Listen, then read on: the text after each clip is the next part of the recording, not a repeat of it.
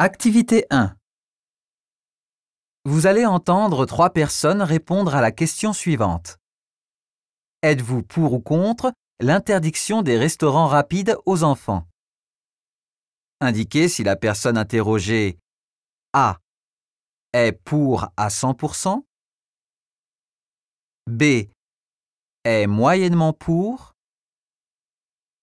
C est totalement contre, D n'a pas d'avis sur la question. Personne 1. C'est une fausse bonne idée. Bonjour la dictature. Il faut apprendre aux gens à être raisonnables et arrêter de vouloir tout contrôler. Personne 2.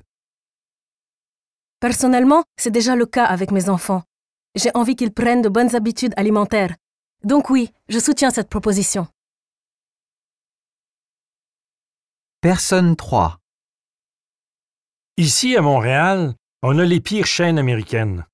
Mais on a aussi des sandwicheries qui travaillent avec des produits frais. Faut pas interdire, faut choisir. Activité 2. Vous allez entendre 3 personnes répondre à la question suivante. Auriez-vous envie de vivre dans un autre pays? Indiquez si la personne interrogée A en aurait très envie, B en aurait un peu envie, C n'en a pas du tout envie, D a déjà un projet de départ. Personne 1. Vous allez entendre 3 personnes répondre à la question suivante. Auriez-vous envie de vivre dans un autre pays? Indiquez si la personne interrogée A en aurait très envie,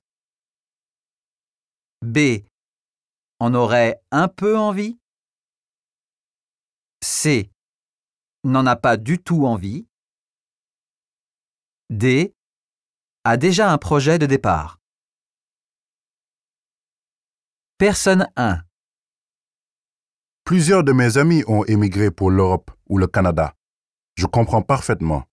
Mais moi, je suis trop proche de ma famille pour partir. Personne 2. Si ça ne dépendait que de moi. Le problème est que ma femme a une très bonne situation et refuse d'en changer. J'espère la convaincre. Personne 3. C'est dur à dire, mais le mode de vie occidental ne me convient plus. Je quitte le Québec le mois prochain pour m'installer en Thaïlande. Activité 3. Vous allez entendre 3 personnes répondre à la question suivante. Estimez-vous que votre vie est plus difficile que celle de vos parents? Indiquez si la personne interrogée A estime qu'elle est plus difficile, B estime qu'elle est plus facile, C estime qu'elle est similaire, D n'a pas d'avis sur la question. Personne 1. Avant d'arriver ici, mes parents ont vécu des choses terribles. Moi, je suis née ici. J'ai toujours eu tout ce qu'il faut. Ce serait malvenu de me plaindre. Personne 2.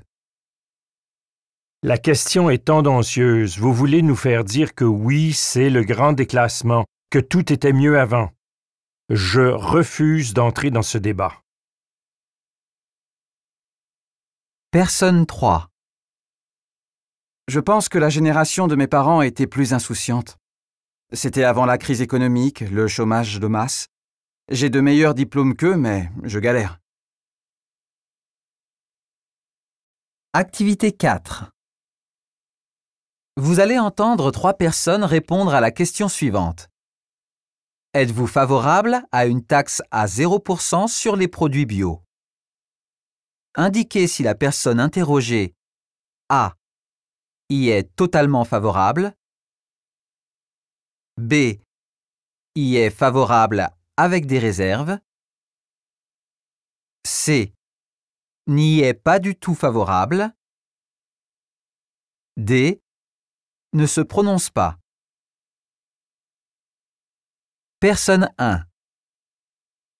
La question serait plutôt « Pourquoi avoir attendu aussi longtemps pour le faire ?» Quoi qu'il en soit, l'initiative est heureuse et devrait changer pas mal de choses. Personne 2. C'est pas que je suis contre, mais le bio, des fois, ça vient de très loin alors qu'on a une agriculture locale. Ce serait bien de la détaxer aussi. Personne 3. J'entendais hier soir une économiste dire que ça enrichirait surtout les distributeurs, pas du tout les producteurs.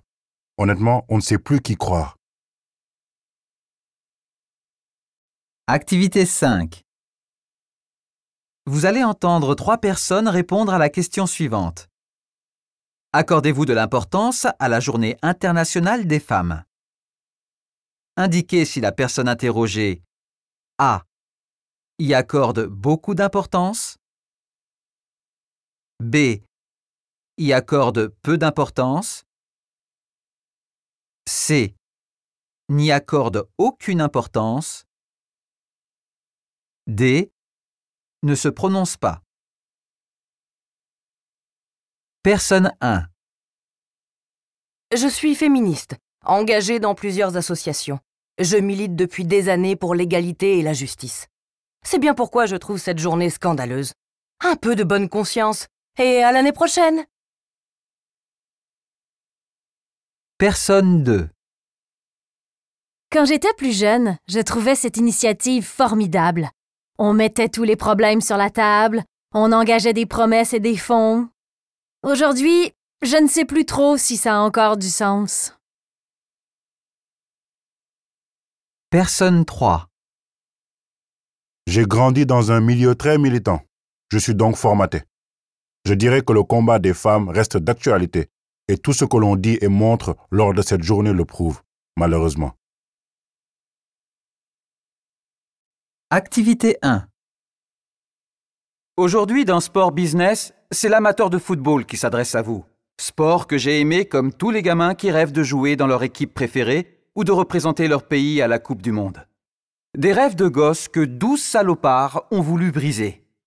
Les 12 ne sont pas les personnages fictifs du célèbre film de Robert Aldrich, mais les propriétaires des 12 clubs de foot les plus riches au monde qui, sous prétexte de difficultés économiques, ont voulu créer une compétition fermée qu'ils auront la certitude de disputer chaque année sans obligation de résultat. Ces 12 zigotos ont donc tout simplement décidé de supprimer les lois morales du sport, l'effort et le mérite. Mais face à un vent de contestation imprévu, il aura suffi de 48 heures pour que ce projet s'effondre comme un château de cartes.